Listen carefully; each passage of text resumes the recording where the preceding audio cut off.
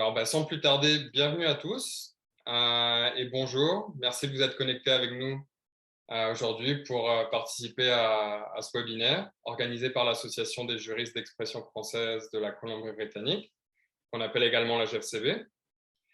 Ceux d'entre vous qui étiez connectés avec nous lors du précédent webinaire, vous m'avez sans doute reconnu. Et pour ceux qui ne me connaissent pas encore, je m'appelle Thomas et je fais partie de l'équipe de la GFCB.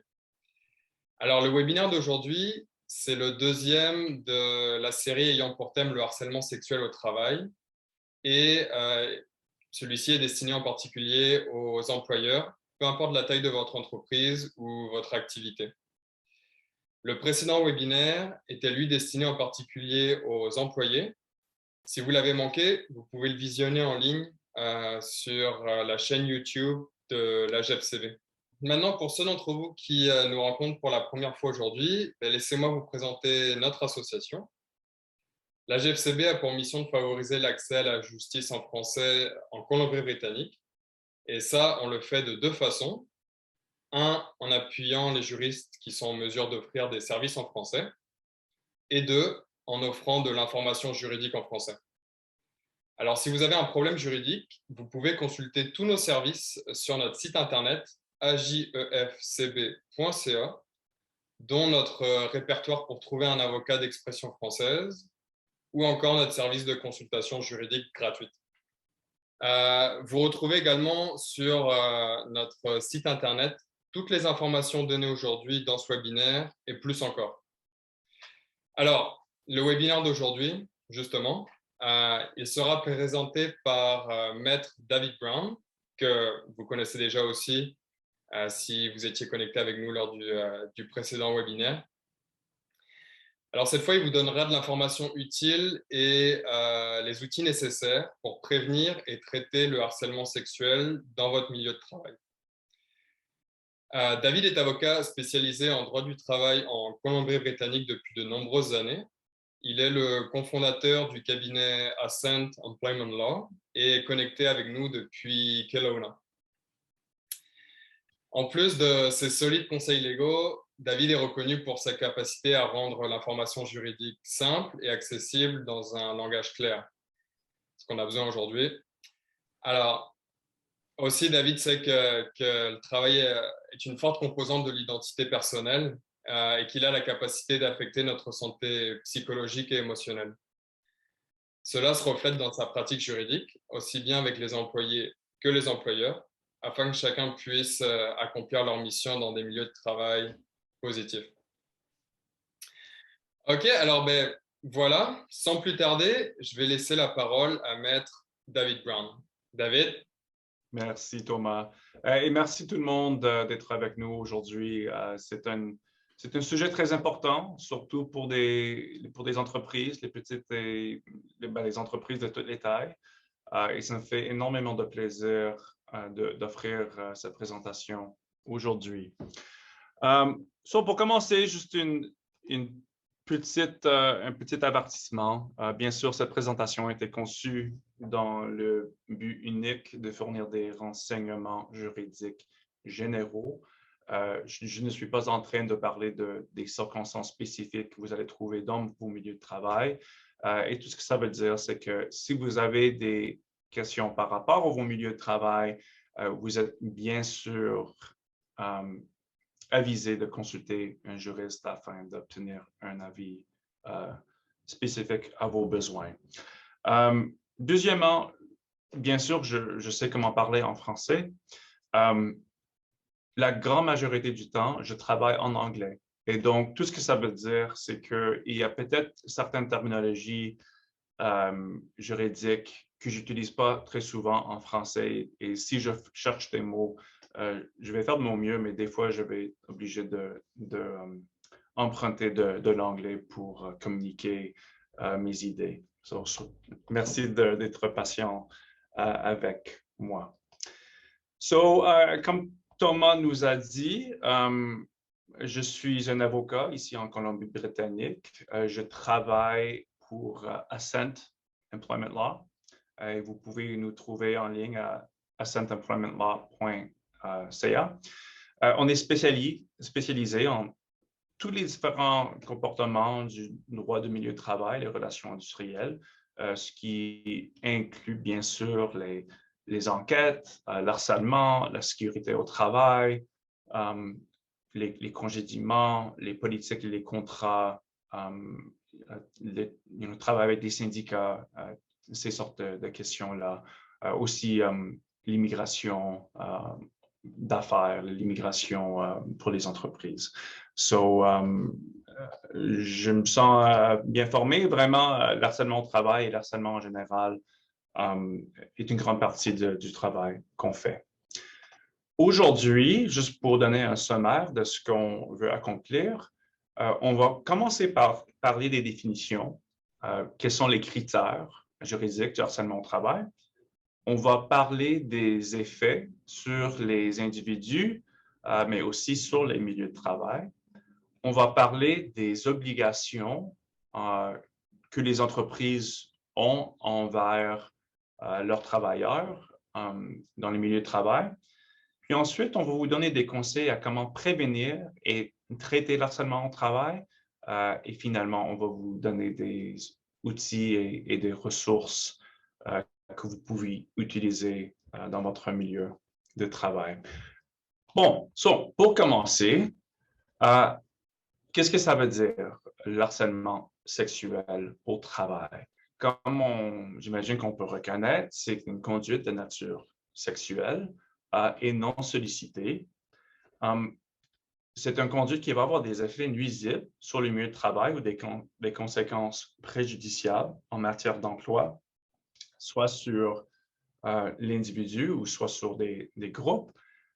Et finalement, ça ne nécessite pas une intention.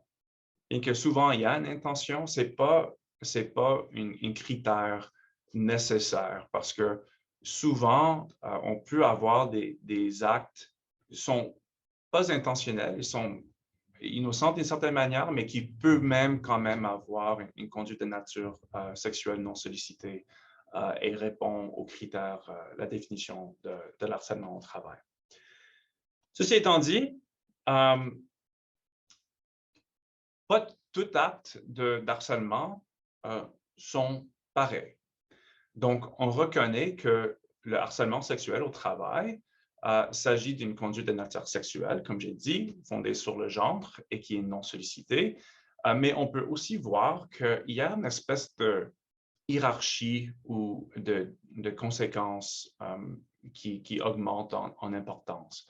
Donc, en bas de la pyramide ici, on peut voir que avoir des attitudes et des croyances discriminatoires, bien sûr, ça va avoir un impact sur le milieu de travail. Par exemple, ça peut se démontrer comme du sexisme dans le milieu de travail, peut-être à cause de notre sexe, on n'a pas les mêmes opportunités, on n'a pas la même paie, on n'a pas les mêmes privilèges que d'autres. Et bien sûr, ça peut avoir un impact à long terme qui est extrêmement néfaste. En montant l'échelle, en montant la pyramide, on va trouver les menaces, les brimades, la violence verbale, la violence psychologique. Peut-être dans nos milieux de travail, on va créer un environnement qui est extrêmement nuisible, surtout aux femmes et à d'autres groupes aussi, comme on peut juste imaginer, par exemple, si on a la pornographie dans le milieu de travail, si on a des blagues qui sont postées au babillard, qui sont violents envers un sexe ou un autre. Tout ça, ça augmente l'importance de l'harcèlement dans le milieu. Puis finalement, en haut de notre sommet ici, au sommet du pyramide, on a l'agression sexuelle, un acte criminel qui peut être emporté à la police et d'autres actes qui sont de nature extrêmement sérieuse. Ceci étant dit, il faut reconnaître que pas tous les comportements se relèvent de l'harcèlement. Par exemple, un conflit entre deux individus, si le conflit n'a rien à faire avec le sexe, ben, ça Ça se peut bien qu'il y ait des tensions au milieu de travail, qu'il y ait des problèmes au milieu de travail, mais ce n'est pas nécessairement l'harcèlement sexuel. Même s'il y a un homme et une femme qui sont en conflit, ça ne va pas nécessairement créer un environnement d'harcèlement sexuel. Le stress, les conditions de travail difficiles, bien sûr, tout le monde en connaît ça, mais ça ne répond pas à la définition d'harcèlement.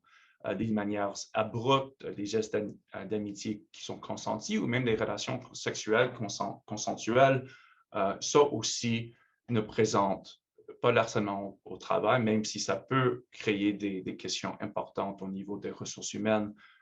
Maintenant, en parlant des effets, en milieu de travail, le harcèlement sexuel risque non seulement de blesser et traumatiser celles et ceux qui sont la cible, mais également, ça peut éroder le sentiment global de sécurité du personnel dans votre milieu de travail. Donc, absolument, on doit se préoccuper des victimes d'un harcèlement sexuel, mais il va aussi avoir un impact global sur la santé mentale et sur l'énergie qui va se trouver dans votre milieu. L'exposition à des cas de harcèlement sexuel peut entraîner un traumatisme vicariant en se manifestant par un ou plusieurs effets psychologiques, notamment chez, par exemple, le personnel administratif, les collègues ou d'autres personnes qui ont témoigné une affaire de harcèlement au travail. Et bien sûr, comme on a la définition en bas ici, un traumatisme vicariant, c'est un traumatisme indirect pouvant survenir chez les témoins directs ou indirects d'une situation traumatisante. En parlant maintenant des obligations. Les employeurs, bien sûr, ils ont des devoirs aussi. Ces devoirs-là, d'après moi, ça va se trouver ça vient de 3 différentes places. Premièrement, on a WorkSafe BC et la loi sur la sécurité au travail. Deuxièmement, on a des obligations vis-à-vis la loi sur les droits de la personne et comme employeur, on a une obligation d'assurer un milieu de travail qui n'a pas la discrimination. Et finalement, on a des obligations contractuelles envers nos employés. Pour commencer ici, on reconnaît que les employeurs ont une obligation d'offrir un milieu de travail absent de commentaires à caractère sexuel non désiré. Comme on vient de démontrer, l'harcèlement peut avoir des impacts sur la santé mentale. Ça peut aussi créer un milieu de travail qui crée une inégalité basée sur le sexe. Et la santé en milieu de travail et la discrimination en milieu de travail sont tous les deux des droits qui sont protégés par nos lois. Également, comportement ou attouchement à caractère sexuel non désiré, ça c'est également un acte discriminatoire dans nos milieux de travail. Également, les menaces, la violence ou la traque, le stalking. Une chose que j'aimerais assurer aujourd'hui, c'est que je sais déjà qu'il y a des compagnies qui disent oh, « je ne peux pas tout faire, je ne peux pas tout prévenir, je peux pas, j'observe pas tous les différents actes entre mes employés. Donc, quelles sont les limites de mes obligations ici? » Et premièrement, comme entreprise, on peut établir des normes et des politiques et des systèmes qui peuvent prévenir à ça. Mais deuxièmement, si on est au courant ou si quelqu'un vient nous dire qu'il y a des harcèlements sexuels, on a une obligation d'agir aussi. Et si on n'agit pas, si on ne prend pas la plainte de manière sérieuse, si on ne met pas en place soit la discipline ou on fait une enquête ou faire ce qu'on a besoin de faire pour empêcher ces sortes d'actions-là, ça nous met à risque d'une plainte de discrimination auprès du tribunal des droits de la personne. Parce que, en anglais, on utilise la terminologie condonement ou condone. Et essentiellement, c'est que si on est au courant qu'il y a un environnement sexiste ou qui permet le harcèlement sexuel au travail, et on ne fait rien pour le modifier ou pour améliorer, d'une certaine manière, on est complicite. Et le tribunal des droits de la personne va trouver des entreprises qui n'agissent pas pour empêcher les actes sexistes ou l'harcèlement comme complicites dans l'acte discriminatoire même. Également, les employeurs ont des devoirs de prendre des mesures pour prévenir et réduire le plus possible l'harcèlement sexuel. Déclaration de principe sur le harcèlement, tout simplement avoir une déclaration qui dit ça, c'est un milieu de travail où on n'accepte pas le harcèlement. Produire une procédure à suivre pour le personnel. Ça, c'est ainsi pour les plaignants, mais aussi pour l'enquêteur ou pour les personnes, pour ressources humaines ou quelqu'un qui est dans une position de gérance ou supervision pour faire les demandes nécessaires, créer des procédures opérantes pour enquêter et informer le personnel des principes et procédures en vigueur. Également, les employeurs ont des devoirs de respecter la vie privée des personnes déposant une plainte et des personnes visées par une plainte et apporter un accompagnement et un aiguillage adéquat. La question de la vie privée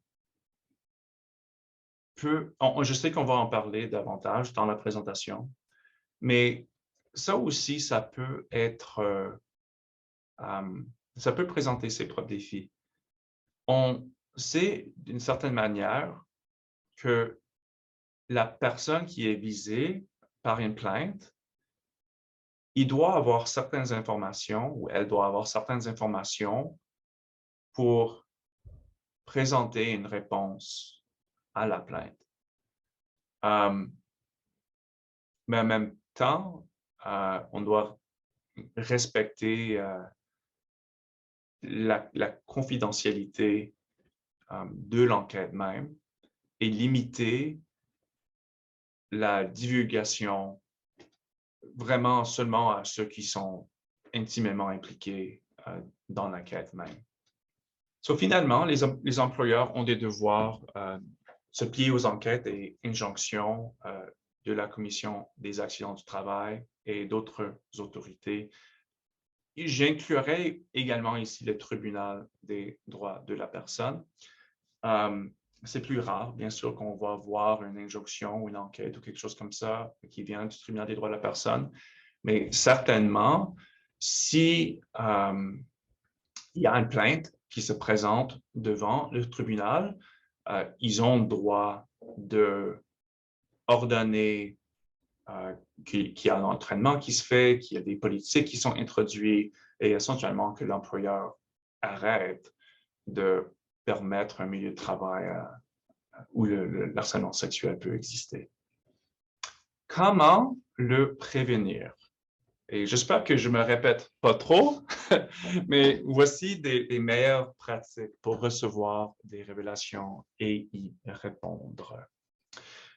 Premièrement, comme employeur, on devrait tenir régulièrement des séances de sensibilisation au harcèlement sexuel en milieu de travail et enseigner à nos personnels les meilleures pratiques à adopter pour le prévenir et pour réagir au cas qui se présenterait. D'après moi, ça, c'est une excellente pratique. Pour beaucoup d'entreprises, on fait l'éducation sur les politiques seulement au tout début de la relation entre l'employé et l'employeur. Donc, l'employé arrive, on dit « Bienvenue chez nous, on est tellement content de vous recevoir ici.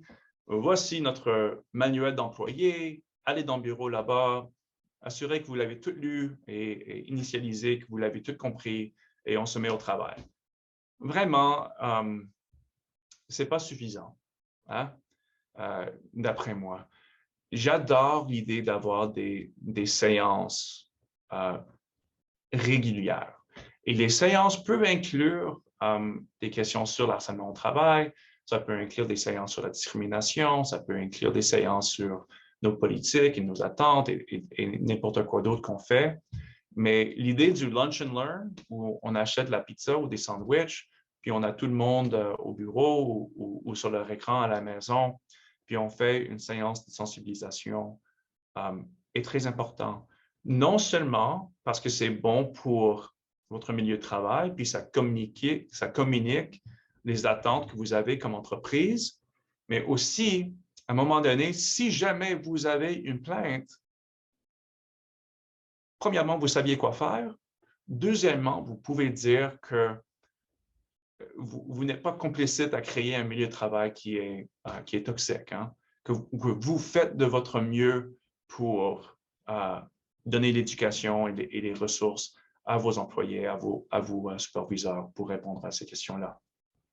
On devrait aussi assurer systématiquement la formation des nouvelles recrues aux principes et procédures concernant le harcèlement sexuel au travail. J'ai déjà mentionné ça, c'est très important, mais ce n'est pas assez en tout seul. J'aime beaucoup l'idée de retourner sur les principes importants à tous les quelques mois, même une fois par année, ça peut faire toute la différence dans nos milieux de travail. Et si le harcèlement ne se produit pas sur le milieu de travail, mais c'est le lieu de travail qui était le départ de la relation entre les deux personnes. Par exemple, imaginez qu'on a deux employés qui sont en conférence à Toronto ou quelque chose comme ça.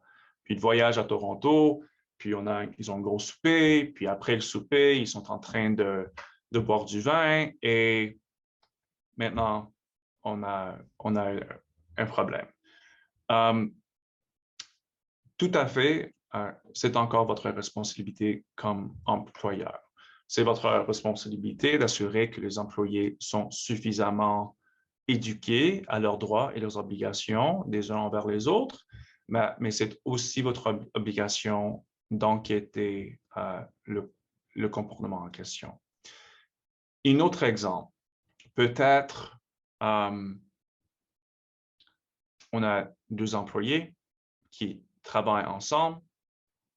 Après les heures de travail, on a un des deux employés qui se trouve à l'adresse personnelle, à la résidence personnelle de l'autre, en train de taper à la porte et en train de crier des obscénités à travers la porte. Est-ce que ça, c'est votre responsabilité? Oui, d'après moi. D'après moi, vous allez encore avoir des obligations d'intervenir dans ces circonstances-là parce qu'on sait qu'on ne peut pas nettement divorcer qu'est-ce qui arrive à la maison et ou à l'extérieur du travail, qu'est-ce qui arrive à l'intérieur du travail. Mais peut-être, dépendant des circonstances,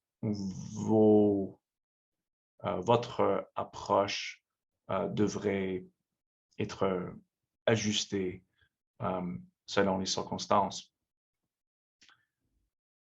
Je suis de l'avis qu'on peut être parfaitement professionnel au travail, mais si on a un comportement envers nos collègues à l'extérieur du travail, ça devient très difficile à séparer les deux. On sait aussi, en termes de travail comme juriste depuis des années, que le comportement à l'extérieur du travail peut être considéré à l'intérieur du milieu de travail pour des raisons de discipline ou même de congédiement. Si le comportement à l'extérieur du milieu de travail a des effets à l'intérieur du milieu de travail, si ça rupture des relations de confiance, si tout à coup on a quelqu'un qui dit « je ne peux plus travailler avec lui parce que quelque chose m'est arrivé à l'extérieur du travail. Ça peut certainement créer des conséquences sévères. Une autre idée aussi, souvent la police hésite d'intervenir dans les milieux de travail sur des questions de ce qu'ils vont considérer des matières de ressources humaines. Mais si ça arrive à l'extérieur du milieu de travail, absolument, ça peut certainement ouvrir plus facilement la porte d'avoir une enquête policière. Comme toutes les choses en droit, la réponse, ça dépend. Mais d'après, si les circonstances suffisamment sérieuses existent, je pense que l'employeur devrait s'en occuper et enquêter qu'est-ce qui est arrivé. Comment le traiter? Voici quelques meilleures pratiques pour recevoir des révélations et y répondre. Bon, premièrement, révéler n'est pas la même chose que signaler. Révéler un cas d'harcèlement de travail n'est pas la même chose que le signaler. La personne à l'origine d'une plainte peut choisir de s'en tenir à une révélation, et ce pour plusieurs raisons. Par exemple, pour poser des questions, pour demander un accommodement ou pour obtenir un accompagnement individuel. Il se peut bien que cette personne ne souhaite pas en venir à un signalement officiel à quelque moment que ce soit. Par conséquent, il faut disposer de procédures pour répondre aux révélations selon une démarche centrée sur la victime, étant entendu que certaines révélations peuvent ne jamais déboucher sur un signalement. Deuxième point qu'on a ici. Mais les représailles sont une enquête très sérieuse pour la personne à l'origine d'une plainte. Il convient de prévoir le cas où la personne à l'origine d'une plainte choisit de ne pas signaler un cas d'harcèlement sexuel au travail par crainte d'une vengeance ou de représailles. Cette crainte est souvent aggravée lorsqu'il existe un déséquilibre de pouvoir entre la personne à l'origine de la plainte et la personne mise en cause. Pour cette raison, il convient d'établir des procédures répondant à chacune de ces possibilités. Je dirais ceci pourtant. Les représailles sont illégales. C'est illégal au niveau de la loi sur les droits de la personne. C'est illégal au niveau de WorkSafe BC et la loi sur la sécurité au travail. OK? Et on peut très bien comprendre pourquoi. Si, par exemple, on a droit, d'après la loi, à un environnement de travail qui a une absence d'harcèlement, si on a droit à un milieu de travail qui est sain et en sécurité, si on a droit, d'après la loi, de déposer des plaintes, si on est à risque de représailles ou de congédiement ou d'harcèlement davantage, ça nuit, ça empêche l'intention de la loi. Et ça pourrait être une plainte indépendante. Donc, tu peux être... et je dirais ça même si une plainte n'est pas valide. OK? Si quelqu'un croit qu'ils sont les victimes d'harcèlement sexuel ou même juste les victimes d'harcèlement, puis ils portent ça à l'attention de leur employeur et l'employeur fait une enquête et ultimement, on trouve que la plainte n'est pas valide, ce qui arrive des fois, ça arrive souvent. On ne peut pas discipliner la personne ou congédier la personne parce qu'ils ont déposé la plainte. Sauf si la plainte est a été fait simplement pour la personne simplement pour la raison de causer des problèmes. Comme si la personne sait que la plainte n'est pas valide, puis ils ont fait tout ça quand même. Absolument, les représailles et les déséquilibres de pouvoir sont extrêmement sérieux. Troisième, prendre conscience de la discrimination et de son rapport avec le harcèlement sexuel. Les personnes appartenant à certains groupes humains sont vulnérables. Ils sont vulnérables au harcèlement sexuel parce que depuis longtemps, leur signalement à la police ou à d'autres autorités sont tout simplement ignorés ou rejetés. Ça inclut plusieurs différents groupes marginalisés, incluant des personnes autochtones, des Noirs, des personnes qui sont racisées ou migrantes, les transsexuels, les homosexuels ou des personnes en situation de handicap. Il faut savoir à quel moment offrir un accompagnement propre aux besoins des victimes de harcèlement sexuel appartenant à un de ces groupes. Tout ce que je suis en train de dire ici, c'est que ça, c'est ce qu'on appelle en anglais like trauma-informed investigations. Je sais que je parle en anglais, mais il faut prendre en conscience les circonstances générationnelles dont certains groupes subissent et ont subi. Et il faut comprendre également que pour certains groupes, c'est tout simplement pas si facile de se présenter aux ressources humaines pour dire hey, j'ai un problème avec telle personne. Ou c'est pas facile pour quelqu'un de simplement dire arrêtez. Et comme employeur, c'est certainement une meilleure pratique d'être sensible à cette réalité-là. Et bien sûr, je ne sais pas exactement comment répondre dans toutes les circonstances.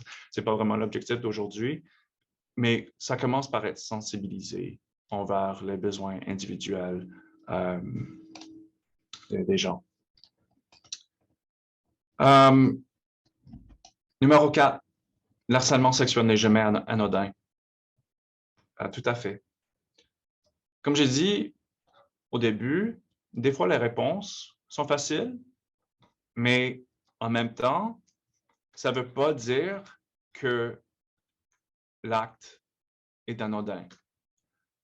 Certaines personnes exposant un cas de harcèlement sexuel au milieu du travail peuvent révéler des interactions avec la personne mise en cause qui paraissent choquantes, intrusives, inqualifiables.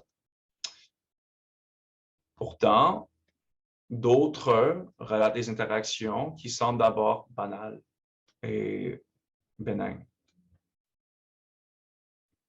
Le harcèlement sexuel dans les deux cas n'est pas anodin, quel que soit le comportement en cause. On peut dire avec certitude que si quelqu'un t'amène une plainte, c'est important pour eux. L'impact psychologique peut être grave et traumatisant et peut aussi révéler des séquelles d'un harcèlement sexuel vécu auparavant. Et par conséquent, lorsqu'une personne vous révèle un incident, même un incident mineur, répondez à ses besoins comme vous le feriez avec un incident grave. Prends-le au sérieux parce que c'est important pour la victime. Et finalement, cinquième, rappelez clairement les limites de la confidentialité. J'ai déjà mentionné ceci, mais toute personne révélant un cas de harcèlement sexuel au travail doit être informée des limites de la confidentialité de ces révélations, comme le prévoit à travers les lois fédérales, les lois provinciales. Surtout dans cette province, pour la grande majorité des employeurs, ça va être ce qu'on appelle le Personal Information Protection Act, la loi sur la protection de l'information personnelle. Cependant, il faut donc connaître ses limites et les indiquer que avant de recevoir les révélations, souvent il doit avoir un consentement à déclarer certaines informations personnelles. Okay? Ça peut être très difficile de faire une enquête si on n'a pas le droit, si on n'a pas le consentement de l'individu à communiquer les détails de ses plaintes à ceux qui doivent le recevoir. So, il y a des limites à la confidentialité. C'est quand même un processus qu'on veut respecter la confidentialité le plus qu'on peut, mais nécessairement pour avoir une procédure qui est juste et équilibrée, il y a certaines limites. OK. Donc, on va maintenant passer à quelques questions. OK. So, la loi m'oblige-t-elle à donner suite à un signalement ou à une révélation émanant d'une certaine personne? Je pense que la bonne réponse ici est « ça dépend ». Mais la réponse qu'on a ici, c'est non, mais la loi vous oblige à assurer la sécurité au milieu de travail. S'agissant de harcèlement sexuel au travail, la loi ne vous oblige pas à donner suite à un signalement ou une révélation émanant d'une certaine personne. Cependant, la loi oblige à assurer la sécurité du milieu de travail. Une pensée ici qui est intéressante. Qu'est-ce qui arrive si l'harcèlement émane d'un client ou d'un contractant ou quelqu'un qui vient dans l'entreprise de l'extérieur? Dans ces cas-là, vous avez une obligation à répondre aussi. Je sais que ça peut être difficile des fois à exclure des clients ou à refuser des clients, mais d'après la loi, votre première priorité, c'est de protéger et assurer une sécurité de milieu de travail pour vos employés. OK, deuxième question. Doit-on signaler, doit-on donner suite à une révélation si la personne à son origine refuse de faire un signalement? Et il est très difficile de procéder à une enquête en l'absence d'un signalement précisant qui a fait l'objet de l'harcèlement sexuel et à quel moment. Mais ce n'est pas impossible. Par exemple, dans la jurisprudence, la pornographie est une forme d'harcèlement sexuel. Comme si, par exemple, on a la pornographie sur notre ordinateur que les autres peuvent voir, ça crée un milieu de travail hostile pour surtout les femmes et pour d'autres personnes aussi. Dans ce cas-là, est-ce que l'entreprise a besoin d'avoir un signalement qu'il y a la pornographie ou que la personne est en train de regarder la pornographie? Non, on peut simplement faire une mini-enquête et aller confirmer qu'elle est là ou non. Donc, tu peux voir que dans des cas, ce n'est pas nécessaire. Ceci étant dit, si il y a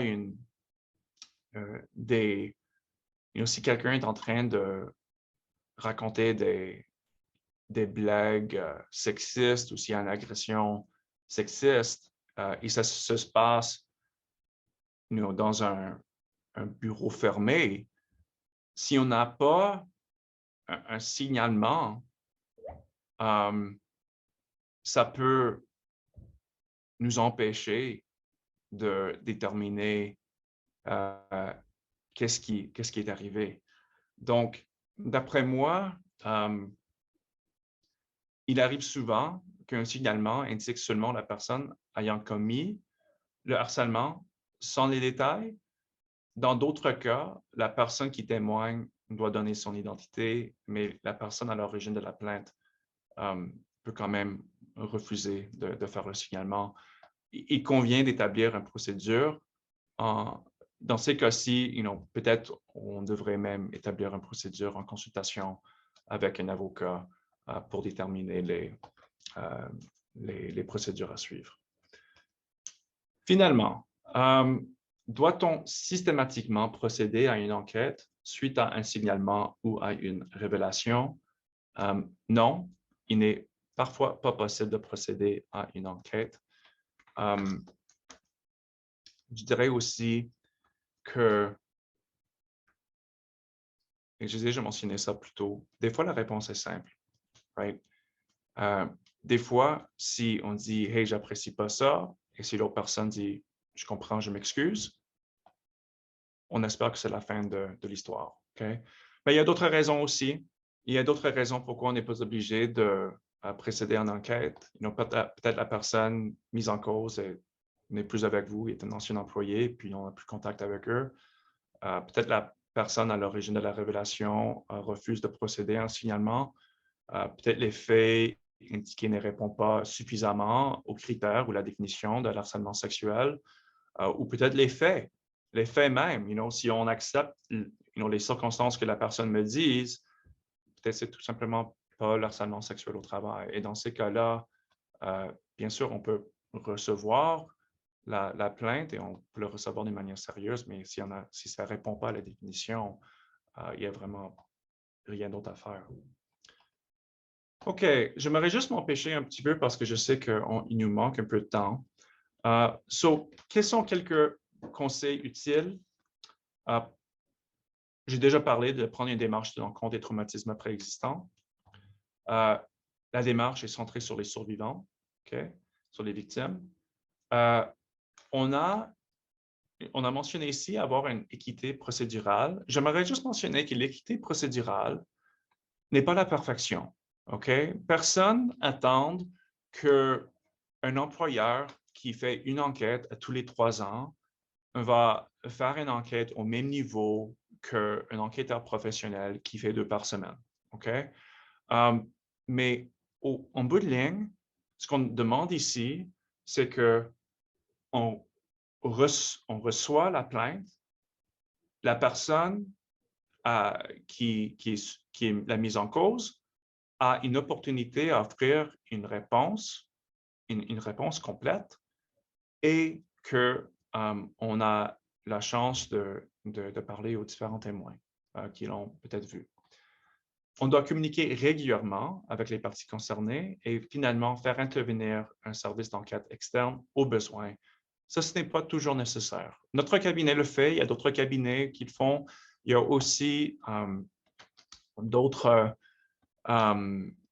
personnes en ressources humaines qui sont spécialisées à faire des enquêtes externes, mais ce n'est pas toujours nécessaire. Cependant, il y a des cas où c'est absolument essentiel d'en faire. Finalement, quelques ressources qu'on aimerait vous en apporter. Si vous allez au site web de la JFCB.ca HST, harcèlement sexuel au travail, vous allez trouver 2 documents que vous pouviez télécharger. Le document Word qu'on trouve à la JFCB contient un modèle des meilleures pratiques pour établir des principes et procédures de prévention et de traitement d'harcèlement sexuel au travail. Thomas m'a dit que 90% du travail est fait. Bien sûr, c'est en format Word, donc vous pouvez le modifier pour votre entreprise, mais elle existe et le gros fardeau du travail est déjà fait pour vous. Okay? Donc, je vous encourage fortement de trouver ce modèle au besoin. Ensuite, on a une guide sur la conduite des enquêtes.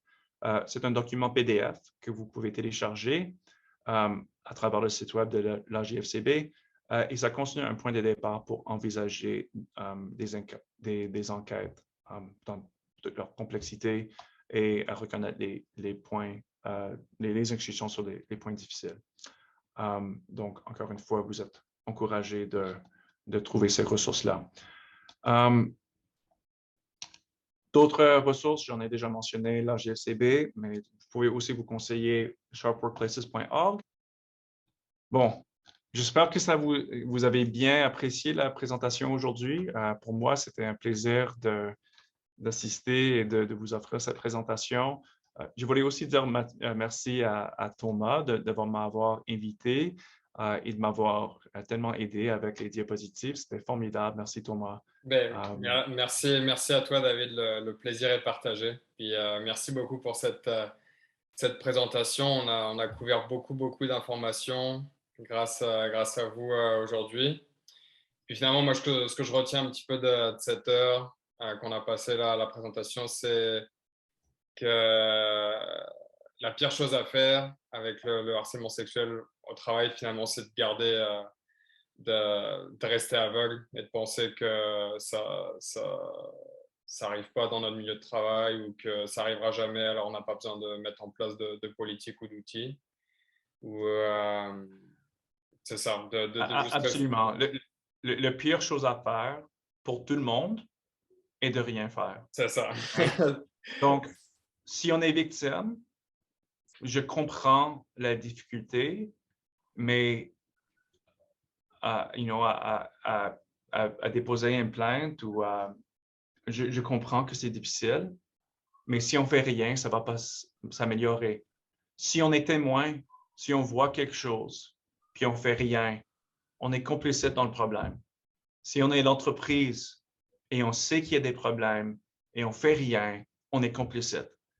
Donc, vraiment, la sécurité au travail, la santé au travail, incluant la discrimination, incluant le harcèlement, c'est la responsabilité de tout le monde. Et lorsque tout le monde reconnaît leur responsabilité et agit sur leur responsabilité, c'est vraiment comme ça qu'on est capable de créer les milieux de travail qui sont productifs et qui sont sécuritaires pour tout le monde. Absolument, très bien dit. Euh, et justement, pour aller plus loin, pour tous ceux d'entre vous qui êtes connectés avec nous aujourd'hui, n'hésitez surtout pas à visiter notre site internet ajufcb.ca/HST comme harcèlement sexuel au travail. Vous allez pouvoir retrouver toutes les informations qui ont été données aujourd'hui et plus encore. Et je veux attirer votre attention en particulier sur les deux outils qui sont disponibles au téléchargement aussi. Donc, le modèle de politique et procédure en milieu de travail que vous pouvez télécharger. Et comme l'a dit David, il est fait à 90%. C'est un très bel outil pour tous les employeurs.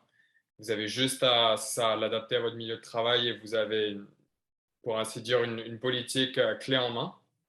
Et aussi, l'autre document, c'est le document PDF qui est le guide pour vous aider à mener des enquêtes lorsque vous êtes confronté à un cas de harcèlement sexuel dans votre milieu de travail et toute la complexité que ça amène. Alors, le guide est là justement pour démêler tout ça et puis vous aider à y voir plus clair.